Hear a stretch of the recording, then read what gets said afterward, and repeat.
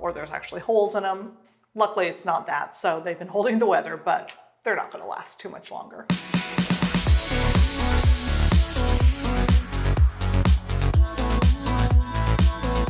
We're going to go into the family room, which is one of the worst rooms. So this is technically the family room. It had also been doubled as a master bedroom, apparently, recently. So the carpet, not great. We need new flooring in here. For what our idea is for this room, because it goes to the garage, the laundry room, and another bathroom, we were thinking about maybe putting down a luxury vinyl tile. So would love to get your thoughts on that. Something that's going to be a high wear.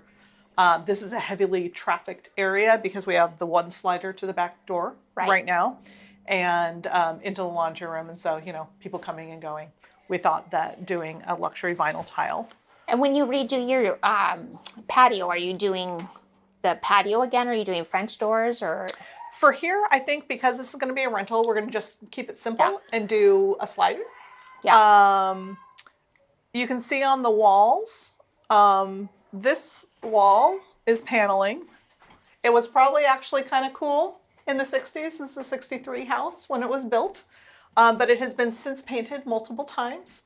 This used to be paneling, and we were wondering what was under the wall. So my husband took this off the other day. It turns out the builder must have put paneling on before finishing the wall, because you can see none of the seams are taped or mudded. Right. So we're now in a little bit of a quandary, because the other thing we're going to tackle is there's this not so great acoustical tile on the ceiling. Right. And right behind you, you see a little bump out. That is actually a shower that had been built into an original half bath. So this wall right here, you can see the ceiling goes under. Okay. And then this ceiling continues in the bathroom. Right. And we know this is all coming out. So this is where it gets a little bit like, if I was selling the house, my advice to myself would have been different, and to not undergo this.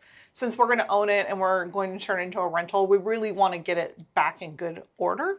Right. And do this project once. So it means we're probably doing a bit of drywall work in here, a bit of finish work, a little carpentry.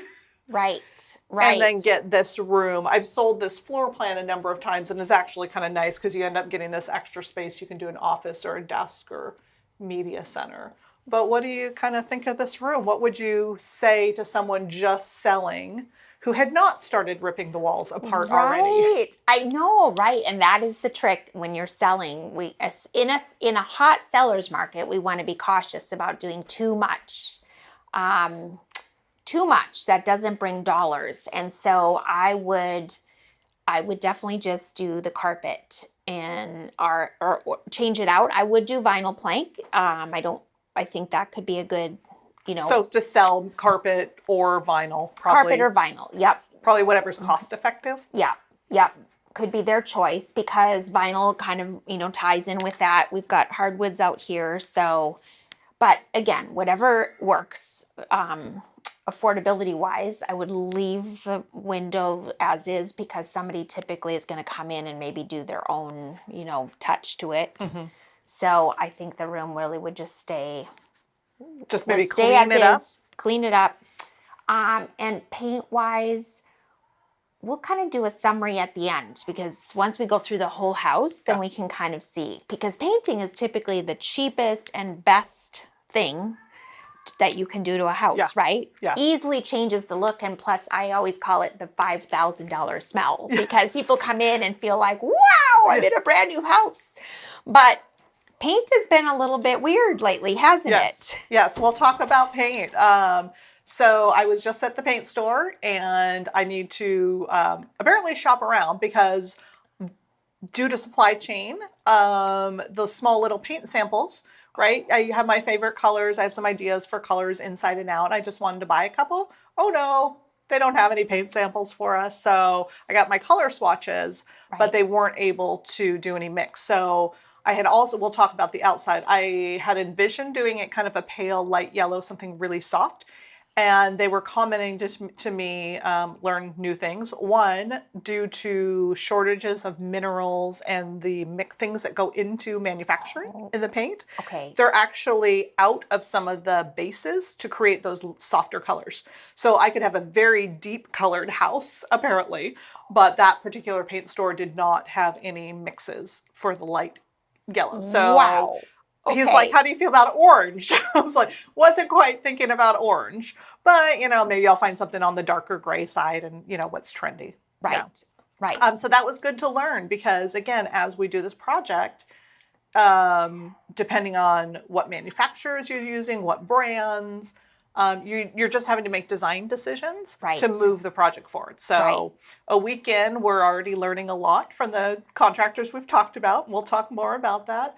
My design decisions may actually come down to what products can I get? Right. And then when you buy them, you definitely want to buy it all. Like, Yes. don't say all come back like we do sometimes, Yes, right? there's So no you want to going be back. like, let's just Yes. get those 5-gallon buckets. Yes. And so, yeah, definitely. Or maybe even check with the painter and see if they could get you some of the commercial, the size, the 5-gallon. I might just, instead of getting 4 or 5 colors like I normally would, I might just narrow it down to 1 or 2. And if I have to buy a bigger quart or whatever, I'll do that. And speaking of kind of supply and buying it all, so this is one of the things. You're standing next to the lovely interior door, right? It's all original. They've been painted. Right. Some of the doors have been painted, some have not. So we're in the process of deciding and getting bids if we're going to do all new doors, hardware, trim throughout the house. Right. Or do we just paint it for now? Right. Because again, we're a little afraid of biting off more than we can put back together. Right. So normally we'd come in and do a lot of demo, but we're cautiously demoing because if we can't get the product we want or it's costing 4 times the cost that we thought it was, which is the reality, especially with wood products. Right.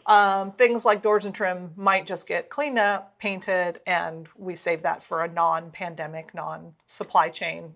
Well, and it kind of just, again, they're painted, so it doesn't bring back the mid-century vibe, but it does just keep those clean lines of the mid-century. So I would totally just repaint them and keep them. Okay. You could change out handles. Yeah, and then we can do That's more pretty modern. simple, but I would just keep the doors because, again, it just keeps the aesthetic very simple. My husband will love that answer. Yeah, because once you start doing 6-panel doors, it changes the look, right? It changes the look.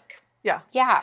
And just walking down the Home Depot aisle, some things that like, $50 for an interior door is now $100 or $120. Yeah. So, and then you have to hang them, which is a little bit. Anyway, as we know, I would just paint them, make them beautiful. Okay. And well, again, I think white paint we can probably get. Yeah. Right. In big quantity. Yeah.